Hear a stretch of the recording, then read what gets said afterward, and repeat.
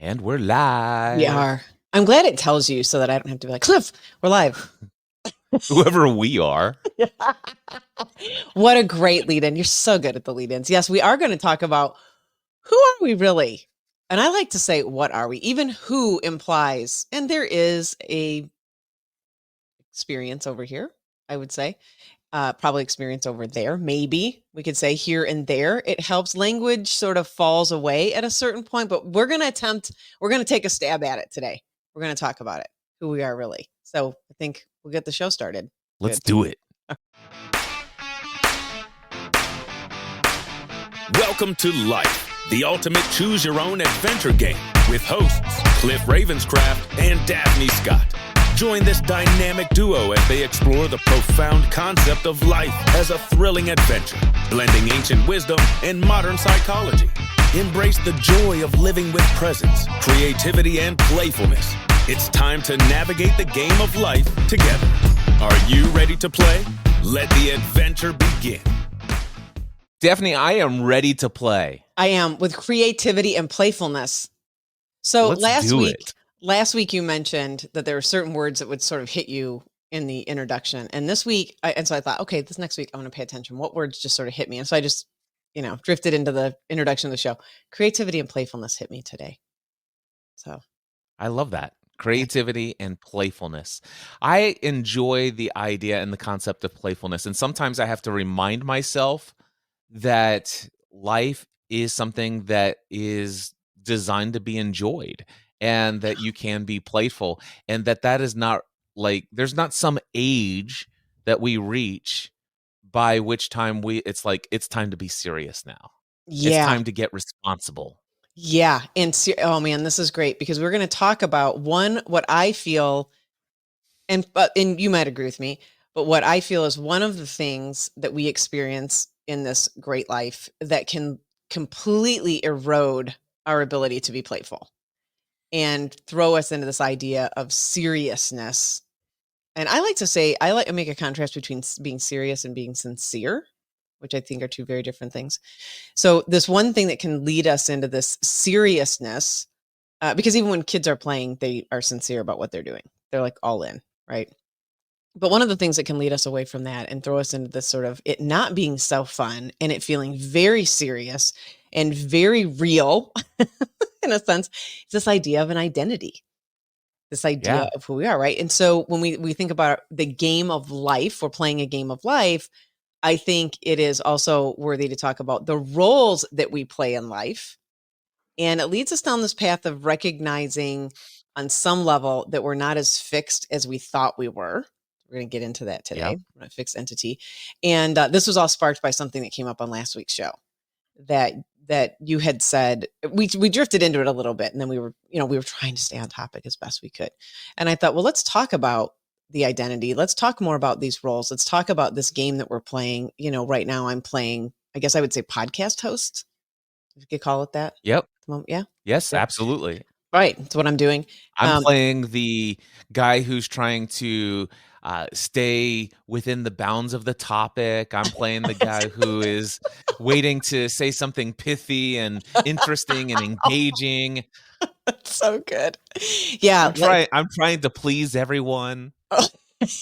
Also a role we can play, right? The pleaser. So that's what we're really talking about today. And I think where we'll get to is talking about, what are the benefits? I want to be really, intentional around what are the benefits of these roles? What are the benefits of seeing that we're in a role? What's the benefit of recognizing the roles that we're playing, how it all can be helpful? And then also, when is it not so helpful? How do we get ourselves trapped, so to speak? How do we actually get ourselves constricted, is a word that I would use, around a role that becomes an identity. So I like to call it the identity trap.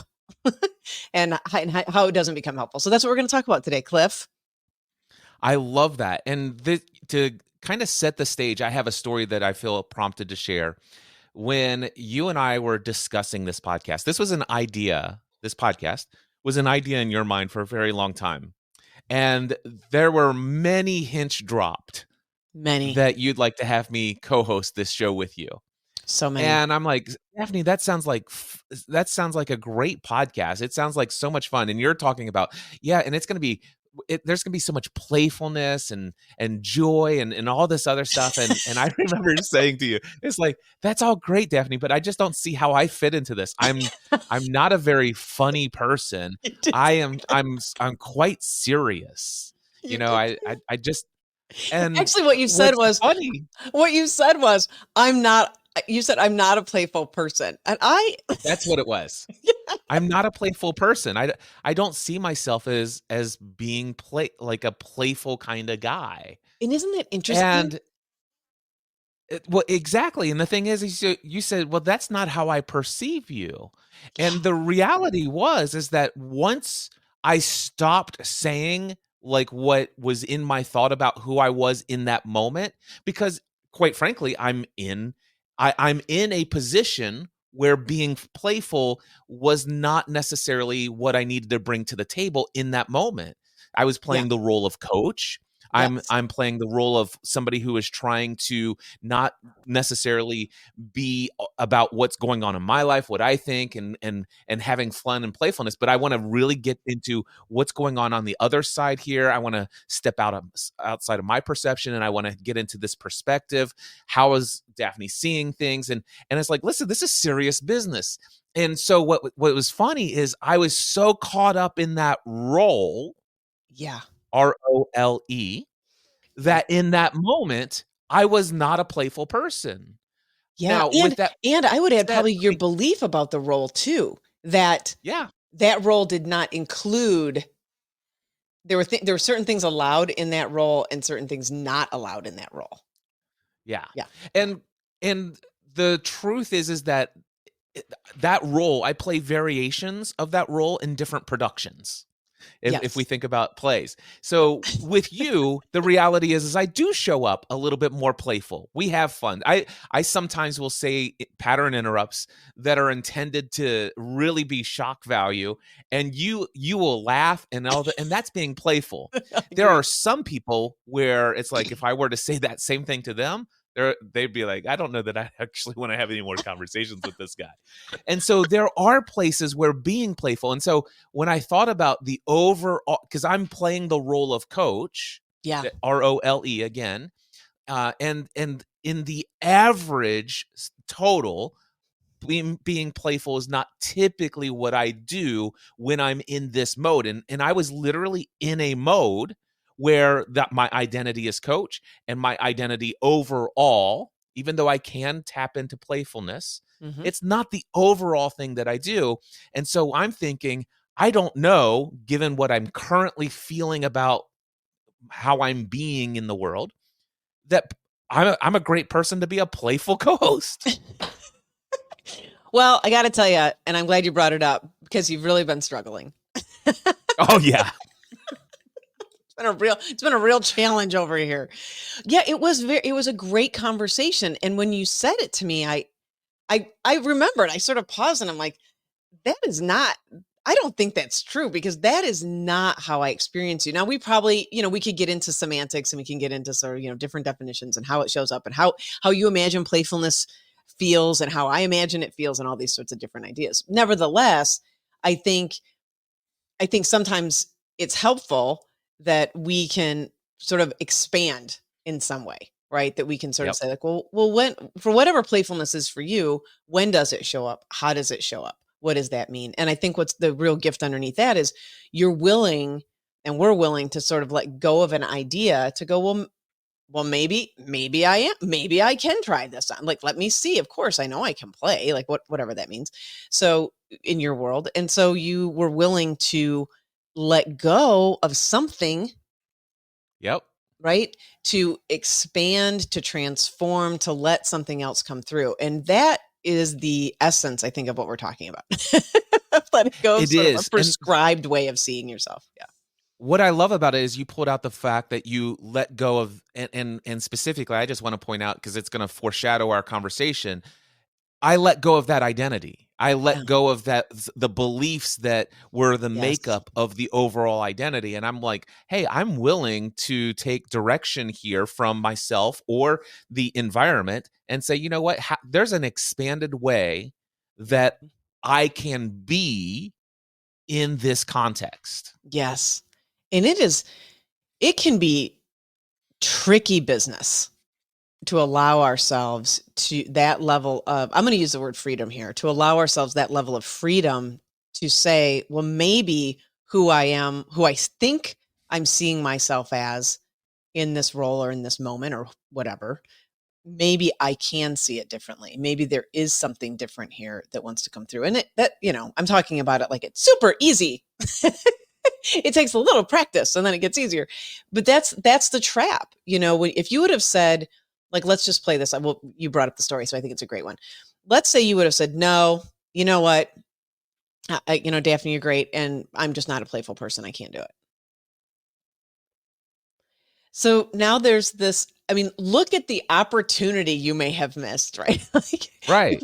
Right. We wouldn't have done the show together. We wouldn't have gone on this journey together, which probably could have been fine in the end. Nevertheless, it becomes what I call sort of a rate limiting factor for our lives, that we don't allow ourselves to experience different in a real simple way, like even a different job, a different career, because I can't do this. I'm this, right? Therefore, I can't be that. So I think that's what we'll get more into the limits of this. But I think that's sort of the opportunity that's in front of us when we can, in a very sort of high-minded way, when we can allow ourselves to shift. There's another big shadow part to this, however, that I think really can set the tone for our lives, which is we get so attached to who we think we are that we create a lot of conflict and a lot of chaos. And that's the, been there, done that. Also, have done it. We all do it.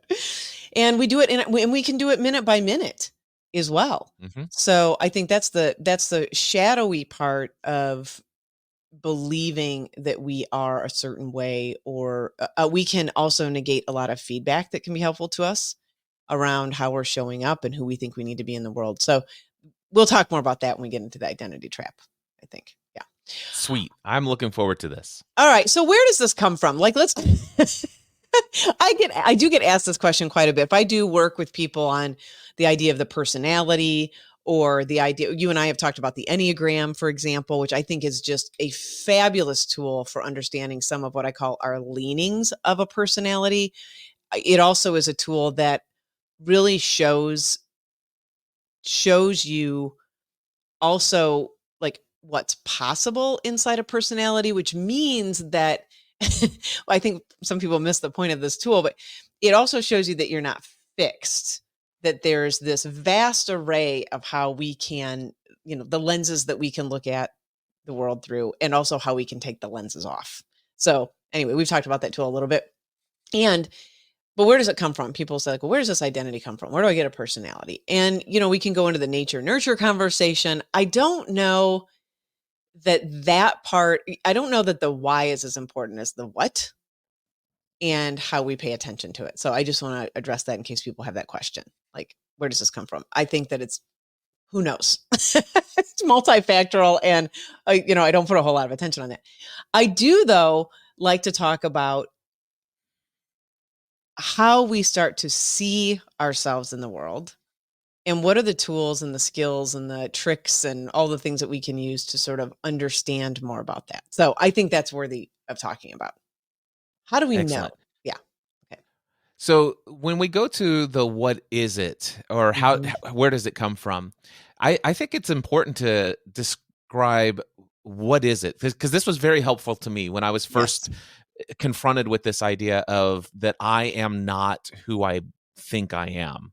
I have been an avid journaler most of my life, and I'd heard this story about this centurion and the guard, this Roman guy and the centurion guard, and the guy goes across this building and he goes this way. He goes, "Halt! Who are you, and why are you here?" Yeah, and this was the question from last week's show, by the way. Yeah, that sparked this conversation.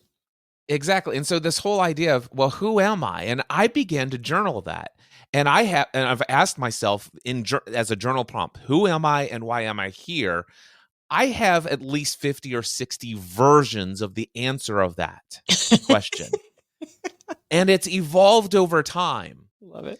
And what I discovered is, wow, if I look back at my earliest versions of this, my persona of who I am, my identity, at least how I described and believed myself to be, was the best version of a persona that would interface with the greatest number of people in such a way that I could live a somewhat comfortable life, a life of certainty, a life of connection and love, a life of significance, all meeting all of these human needs that I feel. Yeah. It's like, wow, I have created a version that will interface with the most people in the most positive way, at least of my belief system. It's like, well, gosh, I'm not any of those things. Those are just things that I've created.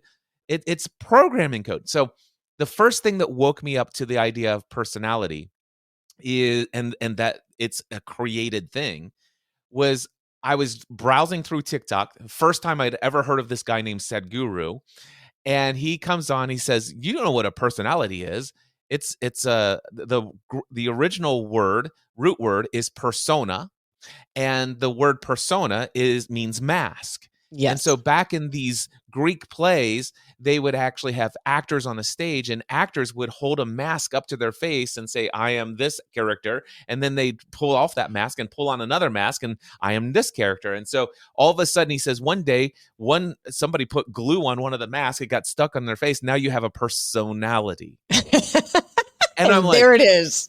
And I could not get that metaphor out of my mind. Yeah. And I recognize it's like, wait a second, I do have a certain way of being when I'm with my mom and dad. Mm-hmm. I have a certain way of being when I'm with clients. I have a certain way of being when it's just me and my wife. And it's like, what is that? Which one of those is who I am?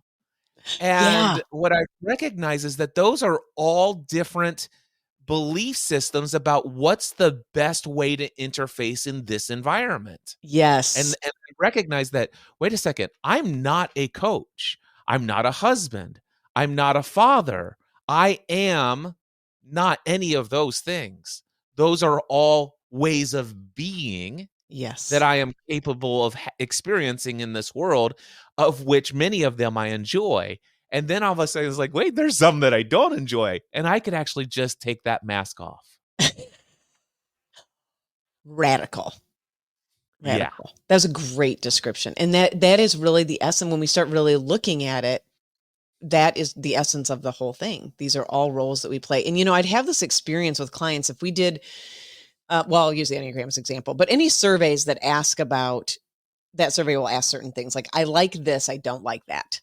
Right. Essentially to identify, to create the identity, the certain identity has to have things that it will do, things that it won't do. So you described sort of being a husband, we'll say there's certain things as a husband you will do, certain things to fit that role that you won't do.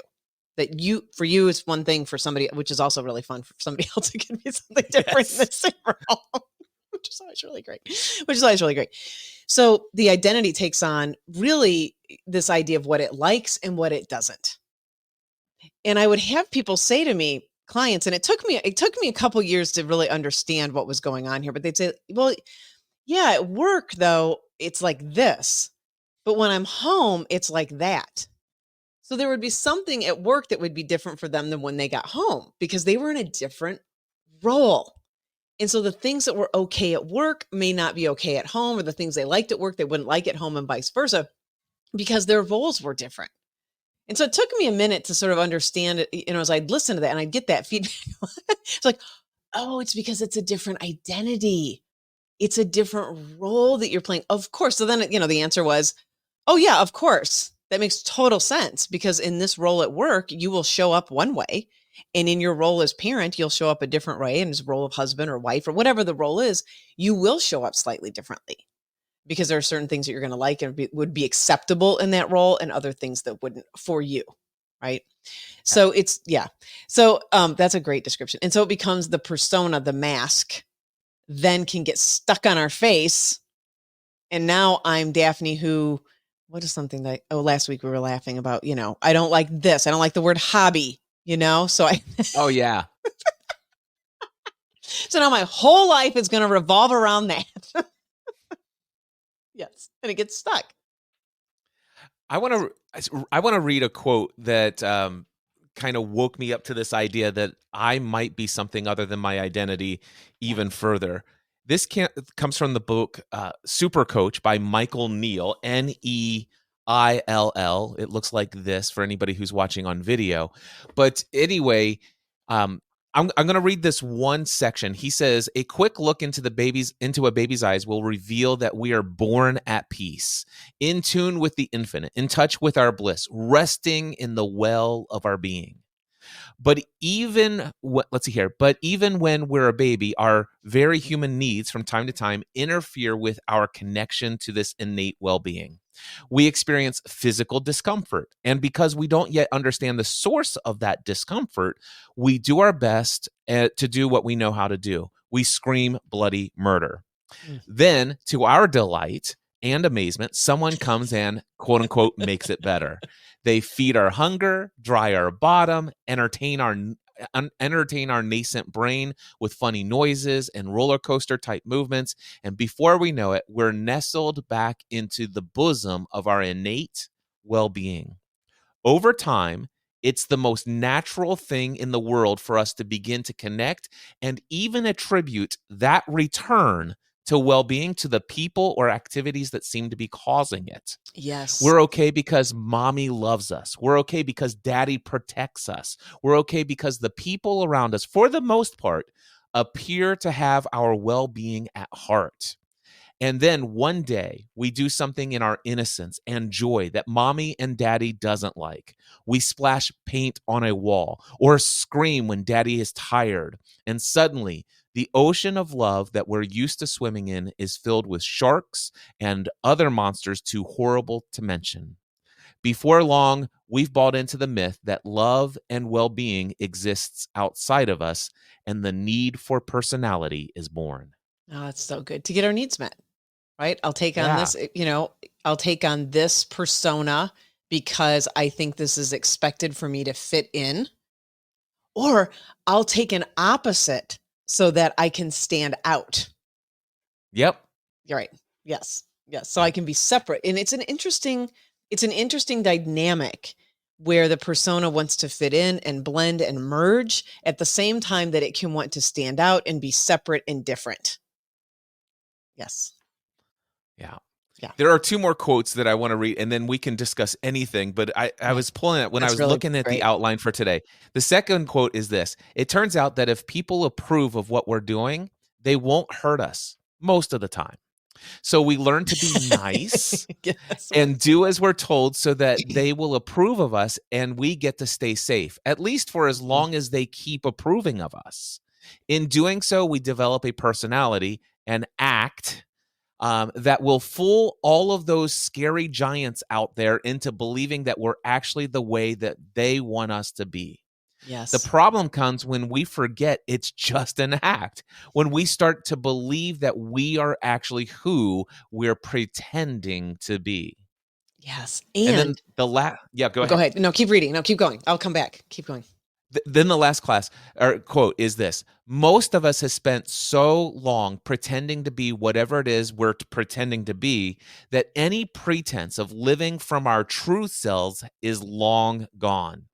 We begin to make up a new story, one based on our underlying awareness that we are not who we appear to be, that any moment will be unmasked and found out to be the phonies and frauds that we are. The number one thing I get as a coach, imposter syndrome. Yeah. All right. And then the more energy we put into developing our mask, the more convinced that we become that we really need a mask in the first place. Yeah. Unlike our true nature, which is something we're all born with, our personalities are conditioned and maintained throughout our lives. At first, they develop as a kind of unconscious reaction to what's going on in the world around us. Those are the quotes that I wanted to bring in today. I love it. Let's go back to that middle one. And I think when you said, what was the Read part of that section of that middle one. There So, was one so it thing turns there out that then. most people approve of us, of what Yes. we're doing. They won't hurt us most of the time. Yes. Okay. So, and here's the flip. I'm just having a conversation with a friend this weekend, as a matter of fact, where we can't even see a person clearly. She was saying, like, I'm really surprised. And I said, I'm not surprised by this. She was talking about another person. I'm not surprised. Had you noticed this, this, and this? So in certain ways, we can train people to see us in a certain way, and they can miss the nuances of our personality too. And I think that's the other sort of trip that we can go on and put ourselves on, where we're not appreciating how nuanced other people, people are in our lives, right? And we want to see people in a certain way as well. We want to believe that because, for example, someone has a leadership role, that they are going to do everything perfectly. Not so. That is a myth. But we set ourselves up for our own disappointment too. And I think that's the other side of this, not only within ourselves, but by doing that to other people. I call it ising. We is people, right? So Cliff is that way. Well, maybe, Okay. right? Maybe not. So it can become sort of a two-way street in the world of identity. And then, Cliff, as long as you play your role and I play my role and we don't say anything differently, everything will be fine. This probably comes up in intimate relationships more than any place that I've seen it come up. And as soon as we start to recognize, why is this person suddenly, why is she or he suddenly into football? Like, what is going on with that? Right? These are the things that become a real affront in a relationship. Because now there isn't an isness over there. Right. And Lord help us if it starts to shift in any way. And Lord help us all if that person has somewhat of an obsessive personality and goes really deep off the deep end on their interest in this new bright, shiny object. That sounds like the voice of experience. So maybe. Yeah, maybe. So yes. So we figure out how to get the good stuff, how to avoid the bad stuff, which, by the way, is really helpful. I don't see that in and of itself as a problem, right? It makes sense to me that we want to feel comfortable. We want to feel good in our lives. I was talking to a client about, she was paying attention to how much alcohol she was drinking, and which was great. And I just said, look, you have to understand on one level, this could become a problem. Yes. And understand that all you're trying to do is make yourself feel good. Right? That's really what you're trying to do. So if we can stay in that thread and understand what is happening in your life that you don't feel good, and is that something that can be changed? And then if it can't, what's the level of acceptance look like? And then how are the other ways? What are the other million options of ways that you can feel good in your life? Right? Beyond, going to alcohol to self-medicate. So once we can understand and accept on some level that really that's all we're trying to do, we want to feel good. We want to enjoy our life. I mean, I don't know about you. I don't want to wake up feeling miserable and stressed out and not feeling good and having not very frequently. I don't want that. Yeah, not very frequently. Sometimes I choose it. Interestingly, though, there was a time that my system of beliefs somehow, at some unconscious level, did want that. I did want to downplay how well my life could be and all this other stuff, because quite frankly, misery loves company, and I'm around a lot of misery. And if I don't experience some level of misery, I may not be a part of this club anymore. And I'm so tied to this peer group that I need at least some level of misery to be able to feel like I'm a part of this environment. Yeah, of this tribe, right? Whatever your tribe is. Like if I'm not doing this, and I cannot be in that tribe, whatever that thing is, right? If I'm not, I just think about the words of like hard work. Yes, exactly. Why? I had a friend of mine, they came into a coaching experience, and I said, what are the things that you most want to accomplish? I want more time freedom, and I want more money freedom. And I'm like, well, I want more success. I want more success. And then I said, well, what is success to you? More time freedom, more money freedom. And I'm like, okay, great. So what is it that's keeping you from having it? And she goes, I'm afraid of success. I'm afraid of getting what I want. Wow. And I sit there, it's like, okay, why are you afraid of that? Well, because most people in my life don't have freedom of money, and they don't have freedom of time.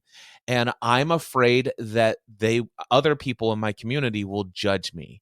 And especially from this particular group of people where they see money as being evil. And also there's this thing where it's like there's this Protestant work ethic that says, you haven't earned it unless you've worked hard, and who are you to store up for yourself and all this other stuff. It's like, and at some point earlier in our past, I mean, people would be put to death for some of these things that they want to go after.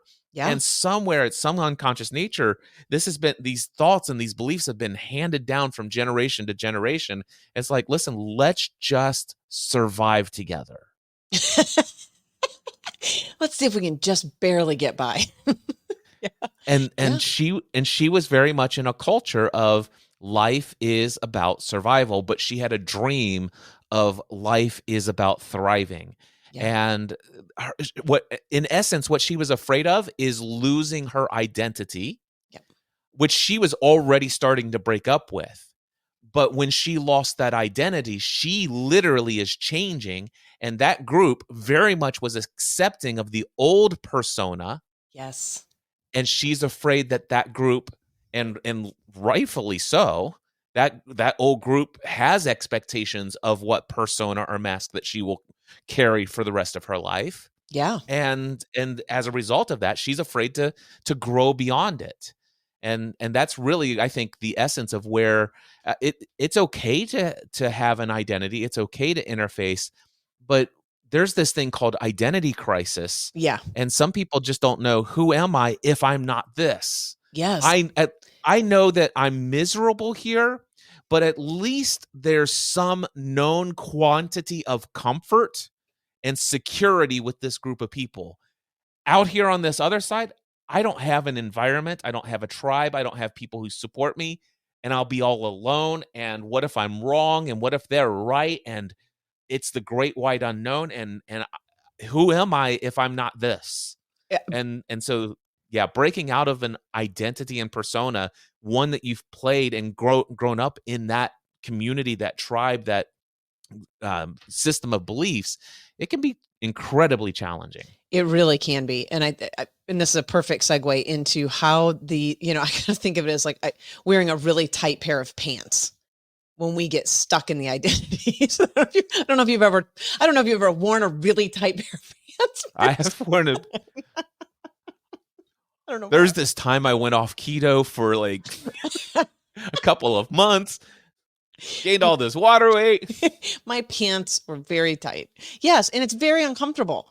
And kudos to your client for recognizing they were afraid of success. Most people are unwilling to recognize that that's what's happening. Imagine this. And I was doing a lot of coaching within organizations. We do check-ins, beginning meetings. And I was, I'm really stressed out. I got so much going on, and I'm really overwhelmed. And I just waited for one person to be willing to sit in the group and be like, I actually am having a great time. I am loving what I'm doing. My plate is so full, and it's so great because I never know what I'm going to be doing in any one moment. And I'm just loving it. It almost never happened. But part of the reason it never happened, I think, is that if you showed up that way in that group, A, people would think you were nuts, probably lying to some degree. And C, you would be really unaccepted on some level, because there was just a belief that work had to be really hard. It had to be stressful. It had to be overwhelming. It had to be chaos. And I watched that so much. I'm sure you experience that with your clients. So much of these beliefs that are ingrained in there that make up that identity, that work identity, or that entrepreneurial business identity, right? This is what that looks like. And one of those beliefs, I think, around that identity is that it has to be overwhelming, as an example. Yep. Yes. Yep. So leaving, I guess we call it leaving the identity. Maybe that's not the best way to talk about it. Taking off the mask is what I would say. Yeah, that's great. Taking off the mask. So I mentioned earlier at the top of the show, there's a shadow that comes with this. And so you started to talk about it, Cliff. Like, what happens when we're miserable? It's comfortable. Katie Hendricks used to say this. It's familiar but miserable. Right? It's a familiar pattern. The persona, the mask is familiar. There is something to that, but we're also becoming miserable. And what does it look like for us to be able to shift out of that? And also there can be the real deep part of it where we're making everyone else around us miserable as well. And this is the shadow side of the identity that I think most people that we can become unaware of. That playing this role no longer fits, and I'm continuing because I believe I have to, or I'm scared to let it go. And so how do we work with it and start to understand a little bit more of this? And this is where I really want to go in the show, because, the identity in and of itself is fine. We've talked a little bit about the ego on previous shows. That in and of itself is not the problem. It's when we get stuck in the mask, we get stuck with a tight pair of pants on. I'm really creating quite the character in my mind, by the way. Mask and tight pants. But it's when we get stuck in these things that we can start to create misery for ourselves and misery for the people around us. So I think we can talk about shifting. How do we shift through that? How do we work with this? Well, here's something that's interesting as you were talking about that. So for 12 years of my life, I worked as an insurance agent with my mom and dad in a family-run insurance agency that was started by my grandfather in 1937, and I was next in line to take over the family business. Yep. However, in December 2005, Stephanie and I launched our very first podcast and got some amazing success right out of the gate. We were early adopters to this technology. We were reaching tens of thousands of people right out of the gate. Within a year, reaching over well over 100,000 people every single week. And I began to ask myself, what would life be like if I weren't going to sell insurance for the rest of my life? What would life be like if I could entertain, educate, encourage, and inspire others with my voice? And I felt so much guilt and so much shame for even having that thought. Yes. Which began a level of misery like you would not believe. And what was the if you can remember and get underneath it, what was the guilt and the shame part of it? Like, what was the identity sort of fighting? What was it telling itself? I'd just be curious. So, here's the thing is, Cliff, all of these people that you've gone to school with and all these other people, you've been watching the technology news and all this other stuff, everybody is getting laid off. Okay. Job security is becoming scarce. Okay. There are people, you have friends who are married, who have young children, and they are on food stamps. They're trying to find jobs. They've been unemployed for 3 months, 6 months. A handful of people who couldn't take it and committed suicide. Life is difficult and challenging. And by the way, every single professional in the financial industry says that something terrible is coming in 2008. And therefore, who do you think you are? Who do you think you are to go pursue your hobby, something that lights you up, something that's so fun, and leave your absolute job security behind when you are a husband and a father, sole income earner? That is so irresponsible. There we go. How ridiculous for you to think people should pay you to do your hobby. There's your favorite word. Yeah, my favorite word. Thank you for using it. Yeah, this is the voice of an identity, right? This is what I was talking about when I said the shadow. This is what starts to happen. We are now no longer able to move through life following the things that are of interest to us or creating a different world for ourselves because we've got this, and this, and that becomes the persona. So you had the persona of probably several. One was the persona of the responsible husband and the persona of the responsible father, I would imagine. And also there was the persona of the responsible son to take over the business when mom and dad retire. Yes, the responsible son. So a lot of the responsibility. And then there was the guilty what would we call him? If we had to name it. So there's something about the guilty employee or something, right? There's like guilt, Yep. all of these sort of running it all. By the way, we said it was one persona. I think what's really great here is you can see how there were all these different personas in your crew.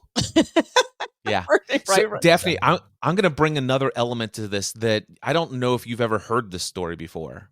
Okay. But at the same time that for within the 12 years that I was an insurance agent, 10 of those years I was also an associate pastor in a Christian church. I knew you had some pastoral background, but I didn't know where that fit in, if it was occurring simultaneously with something else, or if it was simultaneously. I was never paid as a pastor per se. We won't get into intricate details, but I quite frankly, I made so much money as an insurance agent. It was I didn't need it. Yeah. So here's what I want to tell you though, and I'll try to make this as brief as possible, but it so goes into this identity thing. Yes. And I'm going to bring the real guilt and shame side of it to the highest degree. So awesome. Here comes the guilt and shame, everyone. Be ready. Here it comes. I am incredibly successful as a podcaster. I'm publishing at this point. I'm still working full-time as an insurance agent with this dream of one day doing this full-time. I've decided to start a podcast called Podcast Answer Man. I'm now training hundreds, if not eventually thousands of people within the first year how to launch a podcast. And I'm an associate pastor, and I go to our church of over 5,000 members at the time. And I said, hey guys, we have these sermons that are being put out on CDs. Why don't we create a podcast? And one of them said to me, Cliff, we have definitely seen the potential for podcast. And when we're ready, we will hire a professional who can do it with excellence. First of all, let me just tell you, that was a hit on the ego. Yeah. You're like, okay, but like no one knows even what podcasting is. Exactly. So by the way, this is way before Cliff knew anything about emotional intelligence or anything like that. I was fully ego persona identified, and that kind of rubbed me the wrong way. And anyway, then they said, and Cliff, we want to talk to you about something. This is my pastor and another associate pastor said to me, we want you to fulfill this role within the church, which require all of these additional things of you. And I said, I can't do that. I'm full-time insurance agent. I'm already doing this here within the church is about somewhere between 7 to 10 hours a week. And I'm putting out all of this content. Yeah, we wanted to talk to you about that. We think that we think that you have lost sight of what God's calling in your life is.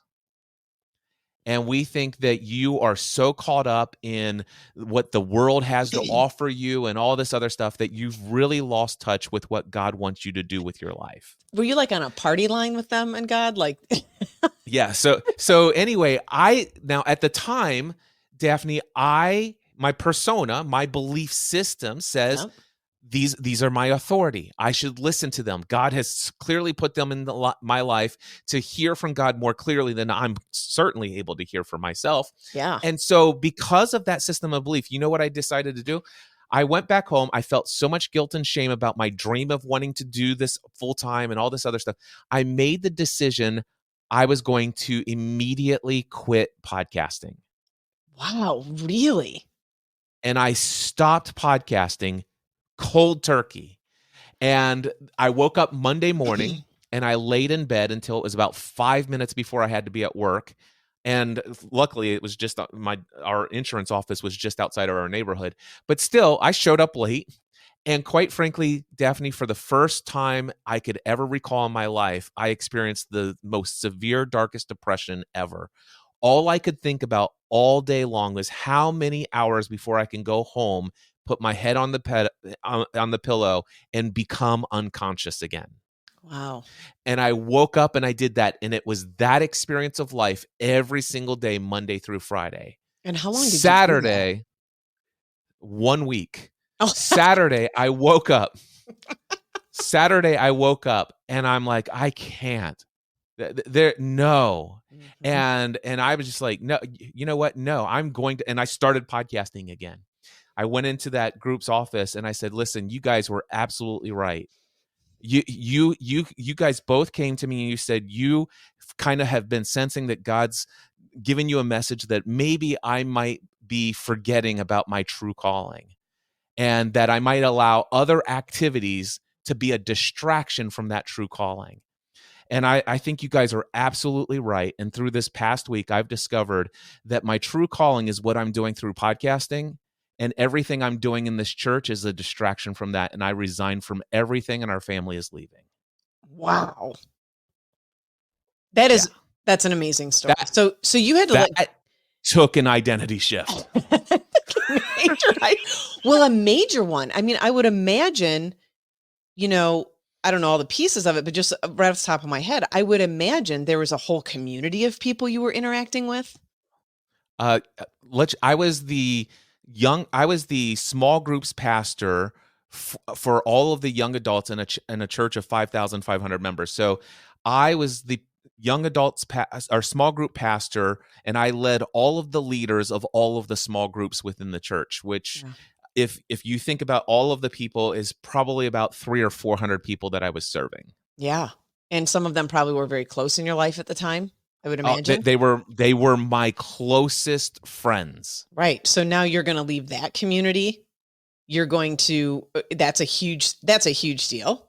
You're going to leave that community. You're stepping, not only the community side of it, the belonging part of it, you're letting go of that, which is huge. People, really can dismiss that. They think a lot of times when they're going to go through a shift that it's the money, their role, their job, which is important. And also there's a community of people. Who do I belong? What tribe am I in now? Right? What am I going to do? That's such there's so much we could unpack in that story. Well, there's another thing that I want to say here is you might say, well, gosh, how does one do something like that? And because this is part of the reason why I brought this story in. One of the things that I want you to know is this is about 12 to 18 months after I started podcasting. I want to remind you that, maybe a couple hundred people in this church are my closest people I spend the most time with. Mm-hmm. But I also want to let you know I'm putting out 7 to 15 podcast episodes a week. That is 7 to 15 hours of podcast episode per week, reaching eventually hundreds of thousands, but at this point, well over 100,000. And I have more than 1,000 people who are consistently writing to me. And so while they're not in my physical presence, I do have a new community that is actually seeing Cliff well beyond what the people at the church are. And it's like they're able to see things in me that I'm not able to see in myself. And they're actually writing to me and telling me those things that they see. And I'm like, wait a second, maybe I'm more than just this local community guy. Yeah. Yep. So I don't want to just say that I was this brave soul that just took and left everything. And now I'm out in the wilderness and surviving on my own. I did have another community, another identity had already spawned. Yes. And I had already found a tribe that would accept that new identity, which I'm seeing it now as I had a belief that I needed a new identity and I needed a new tribe to survive. And there is some level of truth to that in this world. Yes. But I wanted to share, that's how I was able to make that jump. I love it. It wasn't just Cliff's gone. Right. And I'll figure it out. There was dipping my toe in the water, and it's like, oh, you know what? I think I could make it over here. There are people here who love me more unconditionally than I was getting in another area, and are appreciating what I'm doing. I mean, I think, and I appreciate you saying too, Cliff, because it was 12 to 18 months. There was sort of this transition that was occurring, this transformation that was occurring. And I think I encourage anybody who's listening to give themselves those moments of grace, because that often it can feel very unsettling when we go through these transitions. I've gone through them several times in my life. As a matter of fact, just this last year, I was a physical therapist, as you know, for many years. Just this last year, my last round of being licensed, I had to renew my license. It comes in the mail or in the email. Hey, your license is going to expire. I'm like, great. Fantastic. And just letting that go. That took several years to get to that state. of really no longer seeing myself and all the stories. Oh, you spent all this money on your education. You know, I had a wonderful run as a physical therapist. It was great. And there was a time for it to come to an end. So when we can get into that space and allow ourselves the grace to make those transitions and to move, then we open up opportunity. Now there's a new identity that's coming through. The musician identity that's coming through, and the community that's happening of musicians for myself. So we can give ourselves those moments and appreciate that and let go of these things that can take a minute, which is fine. It's fine. Yeah. Yeah. Something that I feel inspired to share right here, and this ties into the episode right before this, because last week we talked about our not hobbies, our areas of interest, bright, shiny objects, yes. our just our creative rabbit trails endeavors. of obsession. Our creative endeavors. Thank you. So what just came to me is like, you know what? It wasn't the start of podcasting. So it wasn't just a 12 to 18 month period of time. Yeah. I remember I started my very first blog in 1996. There was no such thing as the term blog, by the way. I used angelfire.com and I taught myself how to code with HTML. And I literally built a blog. We called it an online web journal at the time. Yeah. And I found other people who were doing this, and we were sharing blog circles. And so here I was, even back then, already creating this community of people all over the world and engaging and encouraging and all this other stuff.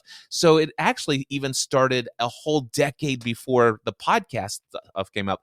And so if there's anything about this, is what is that new passion? What is that new thing that sparks your interest? And some people say, why are you so into this? Why do you waste so much of your time doing that? And it's like, whoa, Cliff isn't that person. Yes. But now he's doing these things that we've never expected before. Yes. And so yeah. You were no longer the they had made you into. Exactly. And had they been paying attention, I think this is the other real gift when we can really learn to pay attention. The other gift that we can see the nuances of people and start to appreciate that too. So the nuances, there's a lot of I'm sure your community had a lot of reasons for you staying just as you had been. Yep. Right. So we can also appreciate each other, I think, in the nuances that we bring to it when we are open and when we are willing to allow ourselves to transform who we think we is.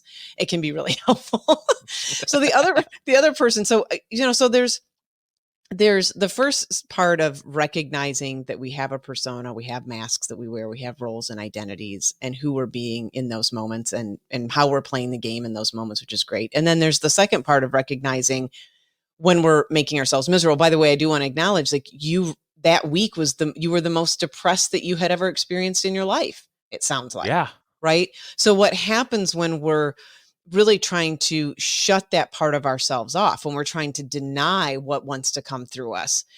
It is word depression is very descriptive.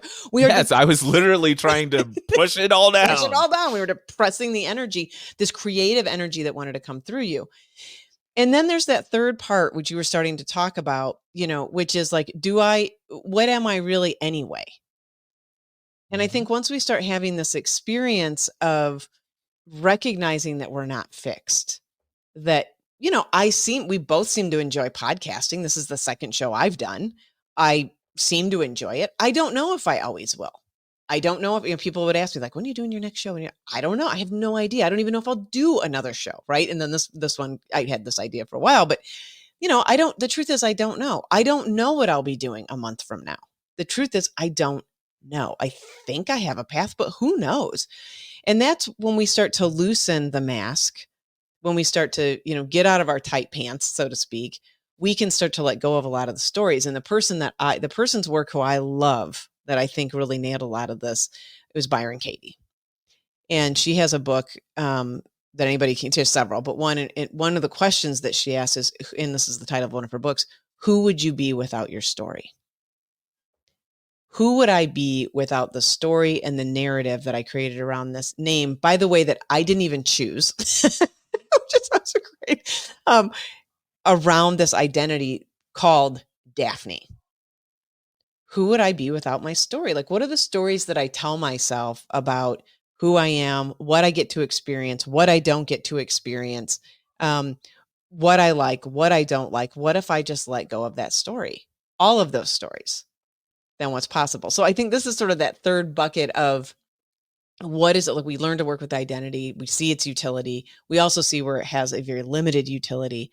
And then we start to move a little bit beyond it. And we start to ask ourselves, and you were sort of talking about this at the top of the show, like, well, I can see where I'm not like a father all the time. So if I'm not a dad all the time, then that can't be, I'm not that, because I'm not that doesn't last all the time. I'm not always in that role. I'm not this podcaster all the time, because I'm not always podcasting. So I can't be that. So as you start to work through and see that these roles that we're playing are not there all the time. So then what is? Yes. Right? Then what is? Who am I all of the time? What aspect of me has never changed? Yeah. I've not and found it yet. And therefore, when we pay attention in a deeper way, there's an essence probably for, that can come through this, if I think of myself as sort of a portal, it can come through this sort of portal. There's an essence that will come through that you probably experience, and I can feel it. And it's not fixed.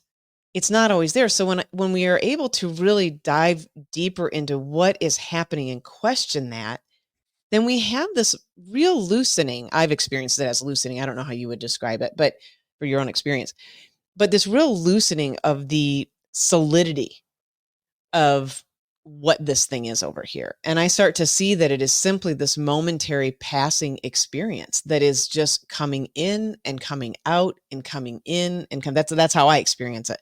Coming in and coming out, that there isn't really anything fixed over here. And I think that's the key, that nothing is fixed. Everything is changing. Yeah. Everything, anything that has a beginning has an end. Yes. And so one of the things that, coming from where I am today, my perception is, if I go to the essence of the best words that I have latched on to, is that if I could describe who am I that hasn't changed, that as far as I know, is I am the awareness of what is going on. Yes. That's at my core. That's what I am. I am the awareness. And another phrase that has really stuck, that I have find a lot of value in, it is, I am not my thoughts. I am the thinker. Yes. And even that, I mean, the thoughts arise, right? You're not sitting and, this is one of the deeper pieces of work too. I think when we get it back into that space of impermanence, when people even recognize at the first moment that, thoughts are just arising, like I'm not creating them. They simply just come. I mean, this is one of the greatest places we get attached, that we get caught up in an identity. I have a thought and grab onto the thought.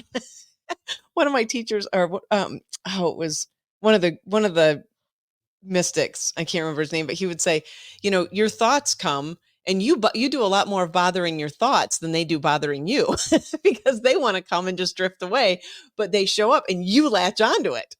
Right?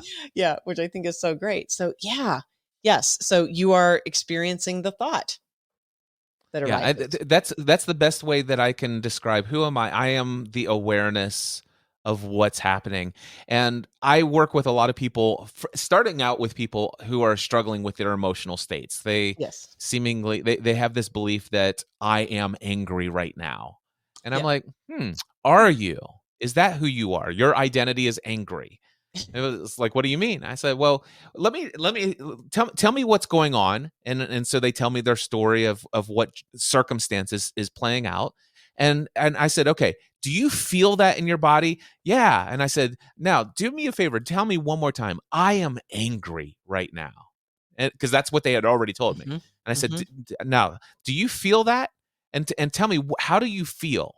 And it's like, well, my heart's rate, beating, I'm tense. I feel, and so I'm having them just kind of check in with what's going on in their body. And I'm like, so do me a favor. How about, instead of saying, I am so angry right now, how about you say this? Try this on for size.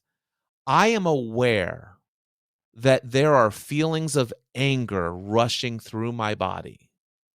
Yeah. And they say that. And I said, is that true? And I sat there, I said, oh, so you're the one who is aware that anger is happening. You are not the anger. So good. And there it And is.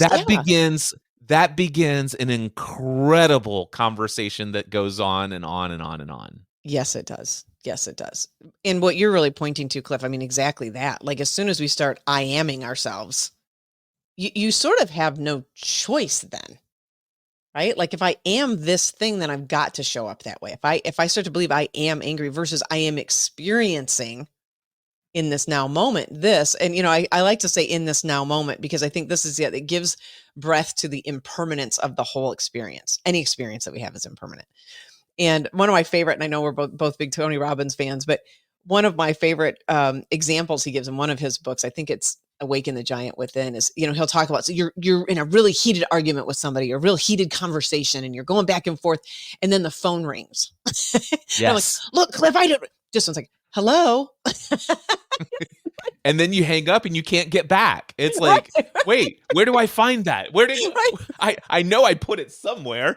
I'm supposed to still be angry. And it gives a perfect example and a lived experience. If we pay attention, like, yeah, none of this is fixed. None of this. And we can really swim in those waters and be completely happy and play the roles we play and play the game of life. And we don't have to get attached to anything. And that's exactly really freedom. And the fun part is, I can't imagine in a million years me sitting in an insurance office ever again. Yeah. Although it is some sort of a recurring dream where there's an alternate universe where I'm still doing that. And I've talked to Daphne one-on-one about this. It still comes up every now and then. And I wake up and I'm like, wait, no, I don't work at the office anymore. It is funny. It is funny. It is. And maybe there is. I don't know. I still have dreams that I'm still in high school trying to remember my combination lock. I don't know.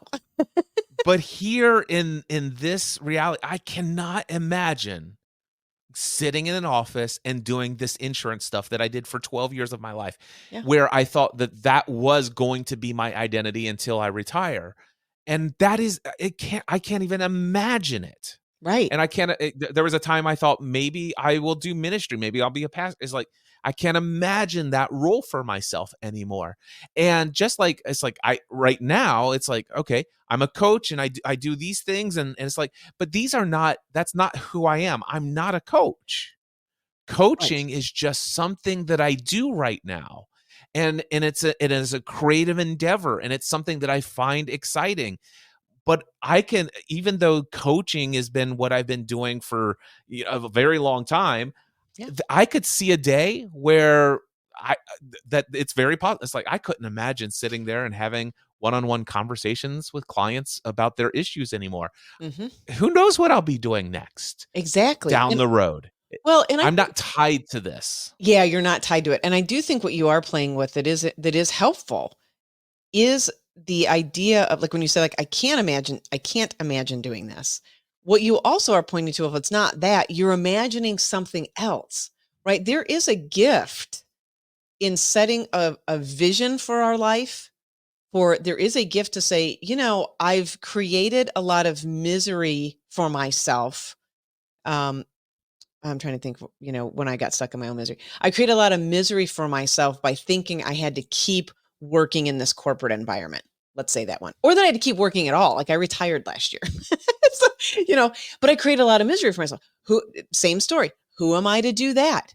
Who am I to say I don't want to do this? Who am I to set myself? I mean, you coached me through a lot of that, right? Who am I to be in this?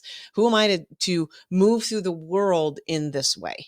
Okay. So at the same time, there's a benefit of having a vision of, well, if it's not that, then what direction would you like to go? What experience would you like to have? And I think, Cliff, that's what you're describing is, I can't imagine having the experience in my life or desiring the experience in my life to be in a cubicle talking with people about insurance.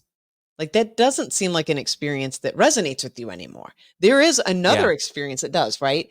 And so when we start to understand more that it is less to do with our roles and our identity, more about what's the experience that we want to have in the world. Yeah.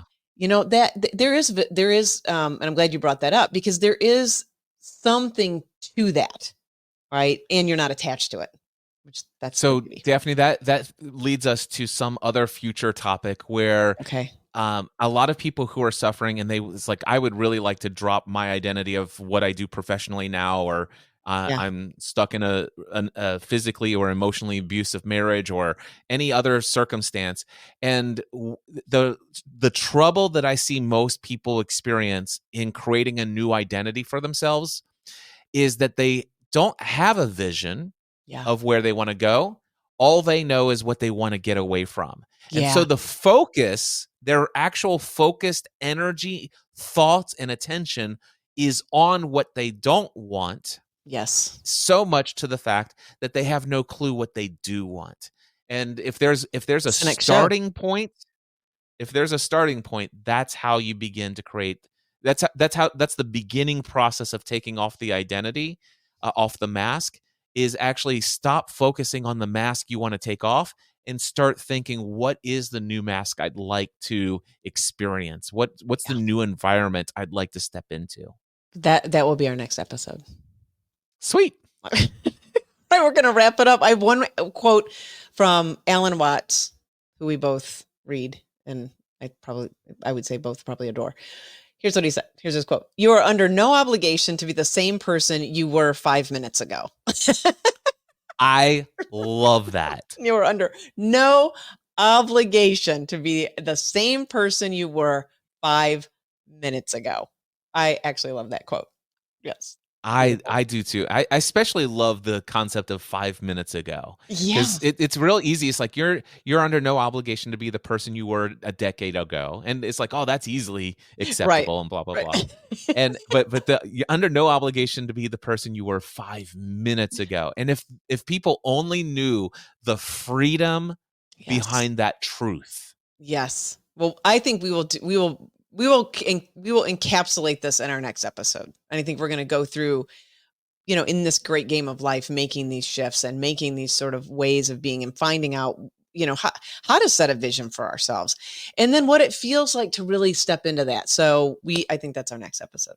That's what we'll do. I can't wait. Me either. All right. Well, you can find us at chooseyourownadventurepodcast.com. We're going to wrap up this show. Thanks for being with us today. We love being with you, and you can leave comments for us. Go to the show notes. We have links in there. We link to all of the references and things that we mentioned in today's show as well. So you can go find them. And we're going to see you next week. Oh, and before we go, I do want to say this. Yes. If you are a musician who makes a living from music, Daphne wants to talk to you. Yes, I do. Thank you, Cliff. That is very supportive. Thank you. I appreciate it. And you can email her at daphne@daphne-scott.com and just put music in the subject line. She can't wait to hear from you. Thank you, Cliff. Okay. With that, we will wrap it up. See ya. Right. See ya.